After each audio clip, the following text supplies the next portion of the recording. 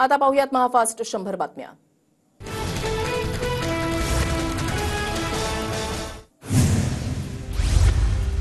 शरद पवारांचा महायुतीला धक्का, हर्षवर्धन पाटलांचा शरद पवार गटामध्ये प्रवेश, जनतेच्या आग्रहाखातर निर्णय, हर्षवर्धन पाटलांची प्रतिक्रिया।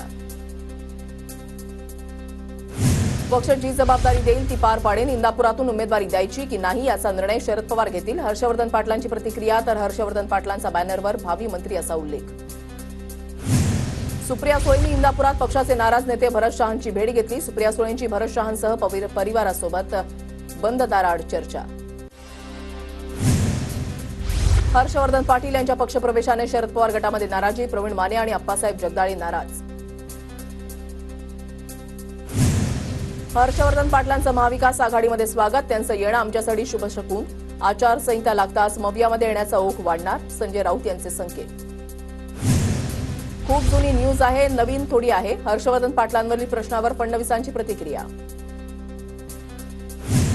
5 वर्ष थांबण्याची मानसिकता नाही म्हणून हर्षवर्धन पाटील चाललेत, हर्षवर्धन पाटलांच्या पक्षप्रवेशावर शिरसाट यांची प्रतिक्रिया। लाडकी बहीणचा 4था हप्ता मिळणार नाही अशी स्थिती, लाडकी बहीण योजनेच्या कार्यक्रमात मोदी येतात मात्र खुर्च्या खालीच राहतात, बहिणींनाही माहिती आहे योजना केवळ 3 महिन्यांची आहे, संजय राऊतांची टीका। नागपुरात फडणवीस यांच्या कार्यालयाबाहेर नेते आणि कार्यकर्त्यांची गर्दी, वेगवेगळ्या विधानसभा मतदारसंघातील नेते आणि कार्यकर्ते भेटीसाठी दाखल, पहिली यादी जाहीर होण्यापूर्वी फडणवीस काही आमदारांशी चर्चा करणार।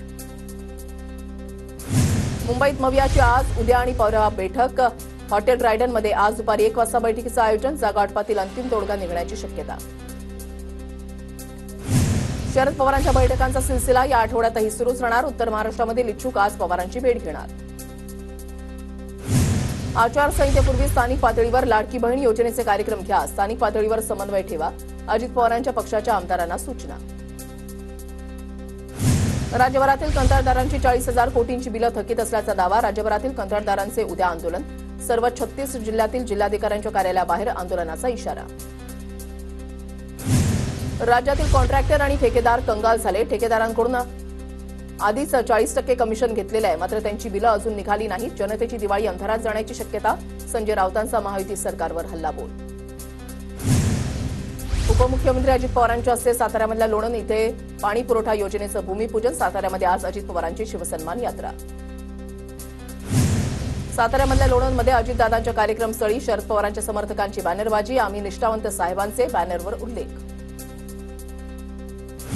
केसरकर 15 वर्ष आमदार, त्यांना आता आराम द्या, अमोल कोल्हेंचं वक्तव्य, तर अमोल कोल्हेंनी स्वतःची काळजी घ्यावी, केसरकरांचा पलटवार। उपमुख्यमंत्री देवेंद्र फडणवीसांच्या हस्ते आरोग्य आपल्या दारी फिरता डिजिटल दवाखान्याचं लोकार्पण, डिजिटल लॅबोरेटरी व्हॅनचं लोकार्पण। नक्षलग्रस्त राज्यांच्या मुख्यमंत्र्यांसोबत केंद्रीय गृहमंत्री अमित शहांची बैठक, बैठकीला शिंदेंची उपस्थिती। राज ठाकरेंची पश्चिम महाराष्ट्रासह पुण्यामधल्या पदाधिकाऱ्यांसोबत बैठक, पुण्यामधल्या मनसे कार्यालयामध्ये बैठकीला सुरुवात।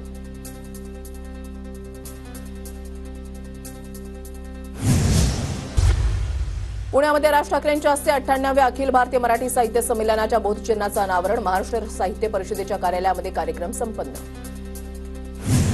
मनसेच्या 150 पदाधिकारी कार्यकर्त्यांचा भवियामध्ये प्रवेश, नालासोपाराचे आमदार क्षितिज ठाकूर आणि वसईचे आमदार हितेंद्र ठाकूर यांच्या उपस्थितीमध्ये पक्षप्रवेश संपन्न। कोल्हापूरमध्ये जागावाटपावरून शिंदे गट आणि भाजपमध्ये जुंपली, दक्षिण मतदारसंघ आणि उत्तर मतदारसंघावर भाजपचा दावा, तर शिंदे गटाचे नेते राजेश क्षीरसागर यांचं दक्षिण मतदारसंघामध्ये मेळावा घेत जोरदार शक्ती प्रदर्शन।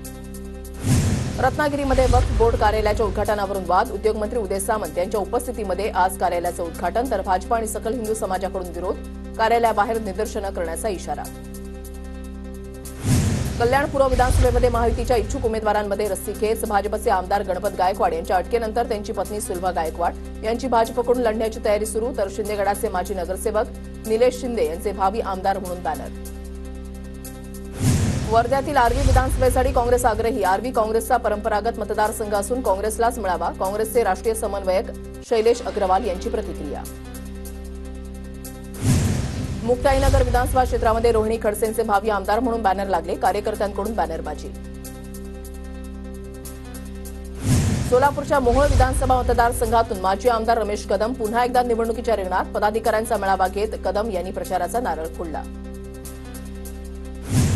नागपूरच्या काटोलमध्ये पुन्हा एकदा काका अनिल देशमुख आणि पुतण्या आशिष देशमुख यांच्यामध्ये लढत होण्याची शक्यता.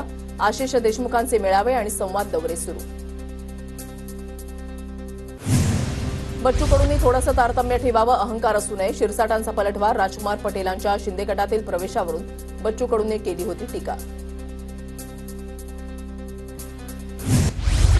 राज्यपाल नियुक्त 12 आमदार प्रकरणी आज हायकोर्टामध्ये सुनावणी. ठाकरे गटाचे कोल्हापूर शहर प्रमुख सुनील मोदींची याचिका. मवियानं शिफारस केलेल्या आमदारांच्या नियुक्तीमध्ये चालढकल.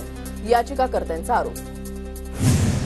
लाडकी बहीण योजनेच्या कार्यक्रमातील जुना व्हिडिओ ट्विट करत अंबादास दानवेंचा शासनावर निशाणा. तुम्ही योजनांची जंत्री वाचा की अजून काही, आम्हाला घरी जाऊ द्या. गेटच्या दिशेने जाणारी गर्दी दाखवत दानवेंचा टोला. जळगावच्या यावलमधील शेळगाव बॅरेजची एकनाथ खडसेंकडून पाहणी. 1999ला प्रकल्पाला मंजुरी दिली होती. आता प्रकल्प पूर्ण झाल्याचं पाहून समाधानी वाटतंय. खडसेंची प्रतिक्रिया.